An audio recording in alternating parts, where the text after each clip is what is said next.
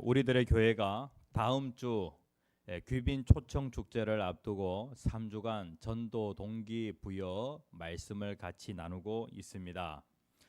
오늘 제목 같이 한번 읽어봅시다. 시작. 예수의 부활이 답이다. 오늘은 예수의 부활이 답이다 라는 제목을 가지고 같이 은혜를 나누겠습니다. 바울이 아테네로 가게 되어집니다. 그리고 아테네에서 죽음 문제에 대한 해답을 제시합니다. 그러면서 그 해답이 바로 예수의 부활이다 라고 그렇게 말씀을 증거하면서 그 아테네 사람들에게 복음을 전하는 그 모습을 보게 되어집니다.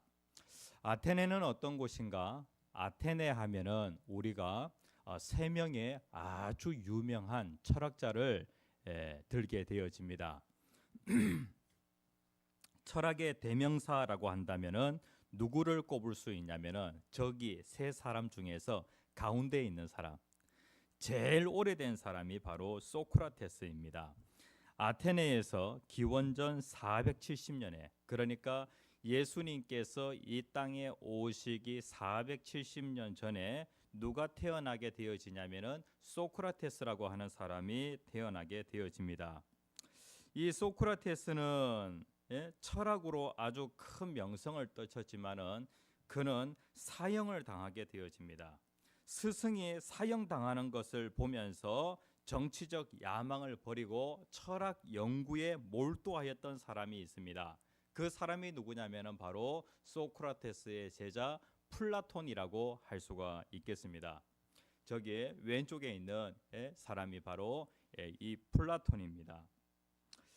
이 플라톤은 지금의 대학의 원형이라고 할 수 있는 아카데미를 설립하게 되어지죠. 그러면서 많은 제자들을 양성하게 되어지는데 이 플라톤의 아주 탁월한 제자를 꼽으라고 하면은 누구를 꼽을 수 있냐면은 바로 아리스토텔레스를 꼽을 수 있습니다.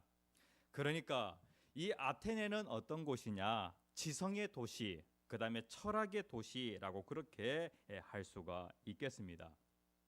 그러니까 인류 역사 가운데 이러한 사람들, 불세출의 철학자라고 할 수 있는데 이러한 사람이 어디에서 태어났냐면은 바로 아테네. 성경에는 뭐라고 나와 있냐면은 아덴이라고 그렇게 나와 있어요.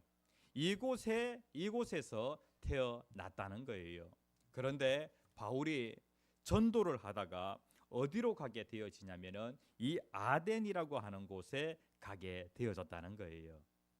바울의 그 2차 전도 여행을 보게 되어질 때에 그가 드로아에서 환상을 보게 되어집니다. 마게도냐 사람이 나타나서 이리로 건너와 우리를 도우라 라고 그렇게 외칩니다. 그 음성을 듣고 그것을 하나님의 음성으로 생각하여서 바울이 바다를 건너 유럽 땅으로 건너가게 되어집니다. 그리고 유럽의 첫 번째 도시가 바로 빌립보였습니다. 빌립보에서 그가 하나님의 교회를 개척하게 되어지죠. 그리고 또 데살로니가에서 그가 한 6개월 정도 머무르게 되어지는데 그곳에서도 마찬가지로 교회가 개척이 되어집니다. 그리고 이제 빌립보, 데살로니가를 지나서 그 다음에 뭐가 나옵니까? 베레아라고 하는 작은 글씨 보입니까? 이 베레아라고 하는 곳에 가서 복음을 증거했는데 바울 전도팀에는 바울, 실라, 디모데, 그 다음에 또 누가도 함께 있습니다. 이 베레아에서 복음을 전하였는데 11절 12절 말씀에 보면은 오늘 우리가 읽지는 않았어요. 그런데 그 말씀에 보면 베레아에 있는 사람들은 어떤 사람들보다 더 낫다고요? 데살로니가 사람들보다도 더 낫다는 거예요. 이 사람들은 너그러워서 간절한 마음으로 말씀을 듣고 이것이 그러한가 하여 날마다 성경을 상고함으로 라고 그렇게 말씀을 하고 있어요. 그러니까 하나님의 말씀을 들으면서 믿음이 생기게 되어집니다. 그런데 이 베레아 사람들은 하나님의 말씀을 잘 들었다는 거예요. 우리들의 교회 성도님들 어떠하든지 여러분들에게 있어서 가장 큰 복은 무엇이냐면은 말씀이 들리는 복, 말씀이 깨달아지는 복입니다. 예? 이 베레아 사람들은 간절한 마음으로 말씀을 받았다는 거예요. 정말로 이 말씀이 그러한가 성경을 상고하였다는 것이죠. 그러면서 믿는 사람들이 점점 많아졌다라고 그렇게 말씀을 하고 있습니다. 그리고 베레아에서 이제 바울이 배를 타고 이동을 하게 되어집니다. 그런데 그 바울 전도팀에 실라도 정말로 귀한 사람이고 그 다음에 또 디모데도 정말로 귀한 사람인데 이 베레아에 있는 성도들을 조금 더 돌보도록 하기 위하여서 이 두 사람은 베레아에 머물도록 하고 바울 혼자 이제 아덴으로 가게 되어집니다. 특별히 누가에 대한 얘기는 없는 것을 보았을 때에 누가가 남았다라고 하는 그런 말씀이 없는 것을 보았을 때 이 사도행전의 기록자인 누가는 바울과 함께 가지 않았겠는가라고 하는 그런 생각을 해보게 되어집니다. 그러니까 바울이 지금 어디에 가게 되어졌냐면은 아덴이라고 하는 곳에 가게 되어졌다는 거예요. 그런데 아덴이라고 하는 아테네라고 하는 이곳은 철학의 도시입니다. 지성의 도시입니다. 그렇기 때문에 바울의 마음 가운데에는 저 도시에 가서 교회를 세운다. 이것은 참으로 힘든 일이야. 그냥 지나가자라고 하는 그러한 마음으로 그 도시를 방문하지 않았겠는가라고 하는 그러한 생각을 하게 되어집니다. 그런데 여기에서 참으로 아이러니한 것은 무엇이냐면은 이 아테네에 있는 사람들은 정말로 똑똑한 사람이에요.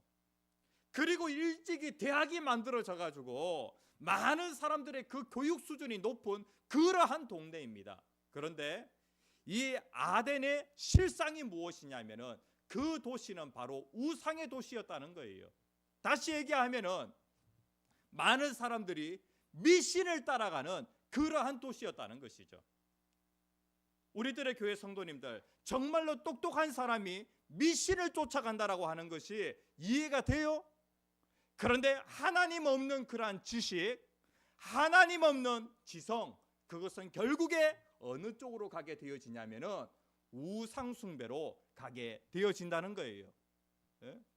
세상 사람들이 정말로 똑똑하다라고 그렇게 하는데 하나님 없는 지성, 그리고 하나님 없는 그런 지식이라고 할 때에 그것은 무엇과 같냐면은 정말로 공허한 뿐이라는 거예요. 무언가를 잡기 위하여서 여러 신들을 쫓아가게 되어지는데 아테네에는 얼마나 많은 신들이 있는지, 그리고 신이 만들어지면은 자연스럽게 신전이 만들어지게 되어집니다. 그리고 그 신을 위하여서 제사를 드리는 제단이 만들어지게 되어집니다.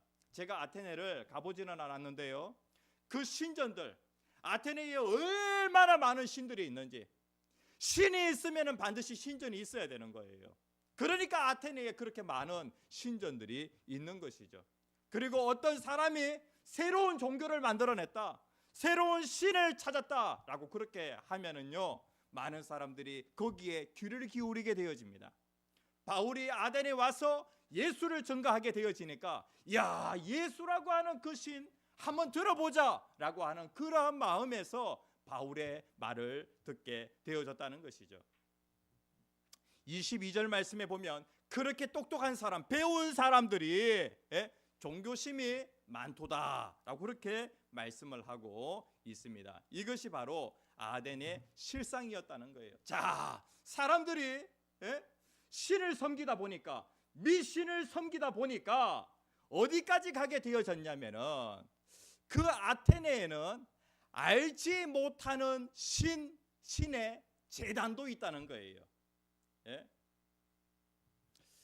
주전 6세기에 그 아덴 지역에 큰 전염병이 돌게 되어집니다.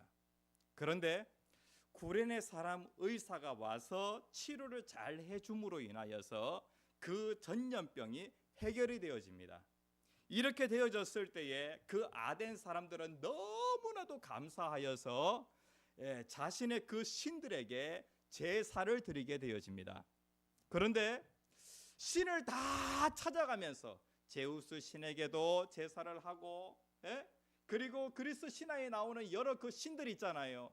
그 신들을 다 찾아가 다니면서 제사를 드리게 되어지는데 제사를 드리게 되어지는데 문제는 무엇이냐면은 야, 신들을 다 찾아다니면서 제사를 지내는데 우리가 알지 못하는 그러한 신이 더 있을 것 같은 거예요. 그래가지고 어떤 제단을 만들게 되어지냐면은 그 제단에다가 뭐라고 쓰냐면은 알지 못하는 신에게라고 그렇게 적어놓고 내가 감사해야 되는데 이 아덴에 있는 사람들이 감사해야 되는데 알지 못하여서 감사하지 못한 그 신에게 내가 제사합니다. 그 정도라는 거예요. 배울 사람들이 그 정도라는 거예요. 지적인 사람들이 그 정도라는 거예요. 23절에 보면은 알지 못하는 신에게 라고 새긴 단도 보았으니 그걸 누가 보았냐면은 바울이 본 거예요. 그런즉 너희가 알지 못하고 위하는 그것을 내가 너희에게 알게 하리라. 너희들이 알지 못하는 그 신을 내가 알게 하리라 라고 하면서 바울이 누구 얘기하게 되어지냐면은 예수 얘기하는 거예요. 예수와 부활에 대해서 증거하게 되어집니다. 로마서 1장 22절 23절에 있는 말씀 같이 한번 읽어봅시다. 시작. 스스로 지혜 있다 하나 어리석게 되어 썩어지지 아니하는 하나님의 영광을 썩어질 사람과 새와 짐승과 기어다니는 동물 모양의 우상으로 바꾸었느니라. 아덴에 가서 온갖 우상들이 있는 것을 바울이 보고 격분하게 되어집니다. 없는데 영어에서 하나님은 대문자로 God이라고 그렇게 표시합니다. 그런데 미신들 있잖아요. 귀신들도 God이라고 그렇게 표현하는데 소문자로 표현해요. 그러니까 참신은 누구밖에 없냐면은 하나님밖에 없어요. 하나님께 돌려야 될 그 영광을 아덴 사람들이 누구에게 돌리고 있냐면은 귀신에게 돌리고 있는 거예요. 그러니까 바울이 막 격분하게 되어집니다. 이것이 바로 하나님 없는 아덴의 실상이라는 것이죠. 여러분 주변에 있는 세상 사람들은 실상이 어떠합니까? 하나님 없는 그 똑똑한 사람들 실상이 어떠합니까? 지혜로운 것 같지만은 하나님 없는 그 지식, 하나님 없는 그런 지혜 다 소용없다는 것이죠. 그 다음에 이제 바울이 알지 못하는 신에게라고 하는 그 제단을 딱 보고요, 내가 알게 하리라 라고 하면서 너희들이 진정으로 필요한 것은 참된 복음이다 라고 그렇게 얘기를 합니다. 그러면서 이 아테네에는 이 철학자들의 그 계보 가운데 두 개의 큰 계보가 있어요. 이제 여러분들이 뭐 도덕 시간이나 철학 시간에 학교 다닐 때 보면은 에피쿠로스 학파와 스토아 학파를 여러분들이 배우시게 될 거예요. 또 배우신 분들도 있고, 이 에피쿠로스 학파는 쉽게 얘기하면은 무엇을 추구하냐면은 삶에서 쾌락을 추구합니다. 특별히 이 에피쿠로스 학파는 죽음과 관련하여서 어떻게 접근하냐면은 죽음 그거 깊게 생각할 필요 있느냐? 그냥 오늘을 그냥 즐기면서 쾌락 속에 살면 돼라고 하면서 자꾸 내가 오늘 나에게 주어진 그 문제에 대해서 자꾸 도망가려고 하고, 그리고 또 오늘을 즐겁게 살아라라고 하는 그러한 학파가 바로 이 에피쿠로스 학파예요. 죽음에 대해서 자꾸 도망가면 죽음 문제가 해결돼요? 오늘을 그냥 즐겁게 살면은요 죽음 문제가 해결돼요? 아니죠. 반드시 내 삶 가운데 죽음이라고 하는 것은 찾아오게 되어집니다. 에피쿠로스 학파도 죽음에 대한 이 문제를 해결하지 못하는 거예요. 자꾸 도망가려고 합니다. 죽음 그런 거 심각하게 생각할 필요 없어, 그냥 즐겨라고 하는 거. 그 다음에 이제 이 스토아 학파는요 죽음 문제에 대해서 어떻게 하냐면은 숙명론을 주장하는데 그냥 그거 그냥 받아들이라는 거예요. 운명으로 생각하고 누구나 죽음이라는 거 다 피해갈 수 없으니까 그냥 운명이라고 생각하고 그 죽음을 받아들이라는 거예요. 자, 우리의 인생 가운데 죽음이라고 하는 이 문제는 가장 큰 문제입니다. 그런데 세상에서 가장 똑똑하다고 하는 이 에피쿠로스 학파도 죽음 문제를 해결하지 못하고, 그 다음에 또 스토아 학파도 마찬가지로 죽음 문제를 해결하지 못하는 거예요. 철학자가 죽음 문제를 해결할 수 있어요? 철학으로는 죄의 문제에 대한 해결을 보았다고 고백한 사람이 없어요. 철학으로 죽음의 문제를 해결하고 죽음에서 진정한 자유를 얻었다고 간증한 사람이 없어요. 철학으로는 절대로 못해요. 철학은 답을 제시하지 못해요. 예? 세상의 학문의 죽음 문제를 해결하지 못한다는 거예요. 학교에서 열심히 도덕을 공부합니다. 열심히 도덕책을 배우면은 사람이 변화되어집니까? 예? 도덕 속에 삶의 문제, 죽음의 문제를 해결하는 그 해결책이 도덕책에 있습니까? 없죠. 그런데 성경책에는 있어요, 없어요? 성경책에는 있어요. 성경은 계속해서 우리에게 죽음 문제와 관련하여서 예수가 답이다, 예수만이 해답이다. 예수님 뭐라고 말씀하셨는데요? 예수님께서 이 세상에 오셔서 뭐라고 말씀하셨냐면은 요한복음 11장 25절 같이 한번 읽어봅시다. 시작. 나는 부활이요 생명이니 나를 믿는 자는 죽어도 살겠고, 예? 나를 믿는 자는 죽어도 산다. 예수님을 믿기만 하면은 죽음 문제를 해결하고 죽음을 이길 수 있다라고 그렇게 예수님이 당당하게 말씀을 하신 거예요. 소크라테스도 그렇게 얘기 못했어요. 공자도 그렇게 얘기 못했어요. 예수님이 죽음 문제를 실질적으로 해결하는 것을 예수님이 모형적으로 보여주십니다. 나사로가 죽었어요. 그런데 죽은 나사로를 향하여 예수님께서 그 집에 가셔서, 그리고 나사로가 묻혀있는 그 무덤 앞에 가셔서 예수님이 뭐라고 말씀하시냐면은 나사로가 잠들었도다, 그러나 내가 깨우러 가노라 라고 그렇게 예수님께서 말씀하시면서 나사로의 무덤 앞에서 나사로야 일어나라, 나사로야 나오라 라고 그렇게 예수님이 말씀을 하십니다. 죽음의 문제를 실질적으로 예수님이 해결하시는 것을 많은 사람들에게 보여주십니다. 그리고 예수님께서 죽음 문제와 관련하여서 내가 죽음 문제의 해답이 되어진다라고 하는 것을 증명해 보여주셨는데, 어떻게 증명해 보여주셨냐면은 예수님도 십자가에 못 박혀서 죽으셨어요.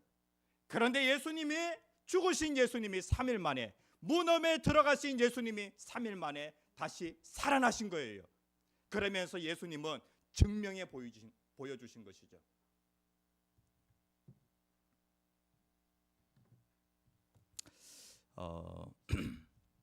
우리가 다른 사람의 그 죽음에 대해서는 어떻게 생각하냐면은, 이 말은 누가 한 말이냐면은 이어령이라고 하는 우리나라에서 최고의 지성인을 뽑으라고 하면은 누구를 꼽을 수 있냐면은 이어령 박사를 뽑을 수 있어요. 그런데 이 사람이 지성, 그 다음에 또 철학, 이러한 것을 쫓아가다가 자기의 그 딸이 암투병하는 그런 가운데 자기가 가지고 있었던 지성과 철학의 죽음 문제에 대하여 해답을 줄 수 없다라고 하는 것을 알게 되어집니다. 그러면서 그가 성경을 붙잡게 되어집니다. 예수를 믿게 되어진 것이죠. 그러면서 이렇게 얘기를 합니다. 그가 죽음에 대해서 이렇게 얘기하는데, 타인의 죽음이 동물원 철장 속의 호랑이와 같다면, 예? 그러니까 여러분들이 다른 사람의 그 죽음에 대해서는 그냥 멀게만 느껴지는 거예요. 철창 속에 있는 호랑이 두렵습니까? 안 두렵습니까? 예? 다른 사람의 죽음과 관련해서는 철창 속의 호랑이라는 거예요. 죽음에 대해서 별로 두려워하지 않는다는 것이죠. 그런데 자신의 죽음은 철창을 뛰쳐나와 나에게 덤벼드는 호랑이와 같다는 거예요. 예? 언젠가 죽음이라고 하는 것은 반드시 나에게 다가옵니다. 그런데 이 죽음이 얼마나 무서운 것인지, 예? 철장을 뛰쳐나온 호랑이와 같다는 거예요. 다음 주부터 귀빈 초청 축제를 하는데, 제가 반드시 귀빈 초청 축제가 되어지면은 전하는 말씀이 있어요. 그 전하는 말씀이 무엇이냐면은 바로 죽음에 대한 그러한 부분이에요. 목사는 죽음에 대해서 반드시 이야기를 해야 할 필요가 있어요. 다음 주부터 해피엔딩이라고 하는 그러한 그 주제를 가지고 말씀을 전가하려고 합니다. 제가 서점에 갔는데 너무 좋은 책을 발견하게 되었습니다. 죽음을 설교하라라고 하는 그러한 그 제목의 책이었어요. 우리는 해피엔딩을 꿈꿉니다.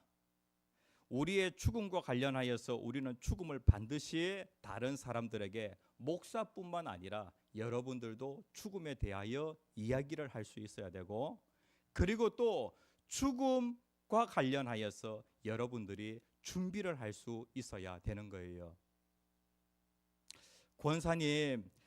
권사님에게 소원이 있습니까? 라고 그렇게 물어본다면은 어떤 권사님은 그렇게 얘기하는 거예요. 그냥 잠자듯이 평안하게 죽음을 맞이했으면 좋겠습니다. 라고 그렇게 얘기하는 거예요. 그렇게 그러한 마음을 가지고 있으면은 죽음에 대해서 아무것도 준비할 수 없어요. 하나님 앞에 갔을 때에 죽음은 반드시 준비를 하고 죽음을 맞이해야 하는 것이죠. 죽음과 관련하여서 반드시 죽음을 이야기해야 되는, 다른 사람들에게 죽음을 가르쳐야 되는 그런 그 이유가 있는데요. 죽음을 가르치지 않으면은 첫 번째 같이 한번 읽어봅시다. 시작. 삶이 얼마나 가치 있고 소중한 것인지 알지 못한다. 죽음을 내가 다른 사람에게 이야기하지 않으면은, 죽음과 관련하여서 죽음은 철창을 뛰쳐나온 호랑이와 같다라고 하는 그러한 생각이 있어야 되는데, 그러한 마음이 없이 죽음이 멀게만 느껴진다라고 하면은 삶이 얼마나 가치 있고 소중한지 잘 알지 못한다는 거예요. 죽음을 알게 되어질 때 삶의 가치와 소중함을 알게 되어진다는 것이죠. 그런 의미에서 죽음을 가르친다라고 하는 것이 정말로 중요해요. 그 다음에 두 번째 같이 한번 읽어봅시다. 시작. 내 주변 사람들이 죽음을 준비하지 못한 채 이 땅을 떠날 수도 있다. 목사가 죽음 얘기 안 하면은 여러분들이 죽음을 준비하지 않고 세상을 떠날 수가 있습니다. 그리고 또 여러분들이 죽음에 대한 이야기를 듣고 여러분들 주변에 있는 사람들에게 죽음에 대한 이야기를 하지 않으면은 내 옆에 있는 가족이, 그리고 또 내 자녀가, 친척이 죽음에 대한 아무런 준비를 하지 않고 세상을 떠날 수 있다는 거예요. 그 다음에 세 번째 같이 읽겠습니다.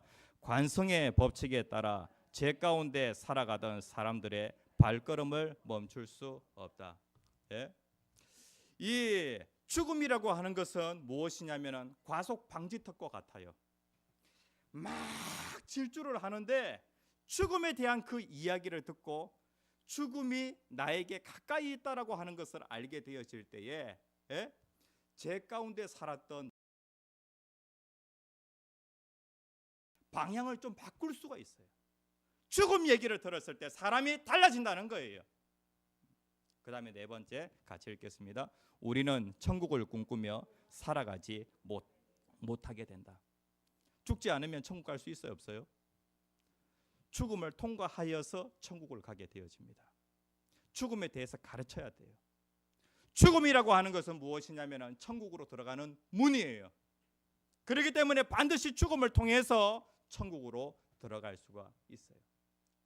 지금 그렇게 똑똑한 사람들과 사도 바울이 대화를 하고 있는데 무슨 얘기하고 있냐면은 죽음 얘기하고 있어요. 죽음을 가르치고 있어요. 너희들이 죽음에 대해서 그렇게 얘기하지만은 죽음에 대한 해답을 못 찾았지 않느냐? 예수가 죽음 문제의 해답이 되신다라고 하는 것을 그 아덴에 있는 사람들에게 분명히 가르치고 있는 거예요. 다음 주부터 해피엔딩이라고 하는 주제를 가지고 말씀을 전가할 거니까 특별히 주변에 있는 이웃들이 좀 죽음에 대한 이야기를 들을 수 있도록 좀 초대했으면 좋겠어요.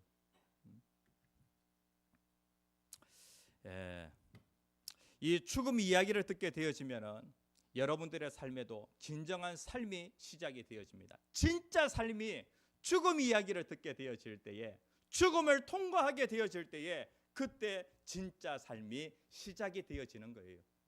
죽음 문제에 대한 해답을 내가 찾게 되어지면 그때부터 인생이 시작되어진다는 거예요.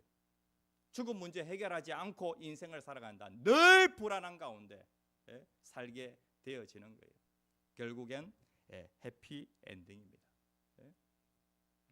아덴 사람들을 보게 되어질 때 아덴 사람들의 반응이 어떠하였느냐? 한 세 가지 유형의 사람들이 있는데요. 바울이 이렇게 설교를 했어요. 많은 사람들이 예수를 믿었다라고 하는 그런 말씀을 얻습니다. 몇 사람이 예수를 믿었다, 아덴에서. 대부분의 사람들은 조롱으로 복음을 거절한 사람들이 있었고요, 한번 생각해보고 믿겠다라고 하면서 결신을 보류한 사람도 있었어요. 그런데 이들 가운데 바울이 증거한 이 죽음에 대한 그 설교를 듣고 반응을 보인 사람들이 있는데 34절에 보면 몇 사람이 그를 가까이 하여 믿으니 그 중에 아레오바고 관리 디오누시오, 그 다음에 다마라 하는 여자 또 다른 사람들도 있었더라 라고 그렇게 말씀을 하고 있어요. 그러니까 이제 이 사람의 이름이 기록된 것을 보았을 때에 바울의 그 죽음 설교를 듣고 이 두 사람은 제자가 된 것 같아요. 그래서 여기에 이름이 기록되어 있는 것 같아요. 이렇게 반응하는 사람들이 있었지만은 반응하지 않는 그러한 사람들도 있었다는 거예요. 다음 주에 규빈 초청 축제 가운데 반드시 들어야 할 죽음의 그 문제에 대한 해답이 되어지시는 예수를 듣고 많은 사람들의 진짜 삶이 시작되어지는 그러한 놀라운 은혜가 있기를 간절히 축복합니다.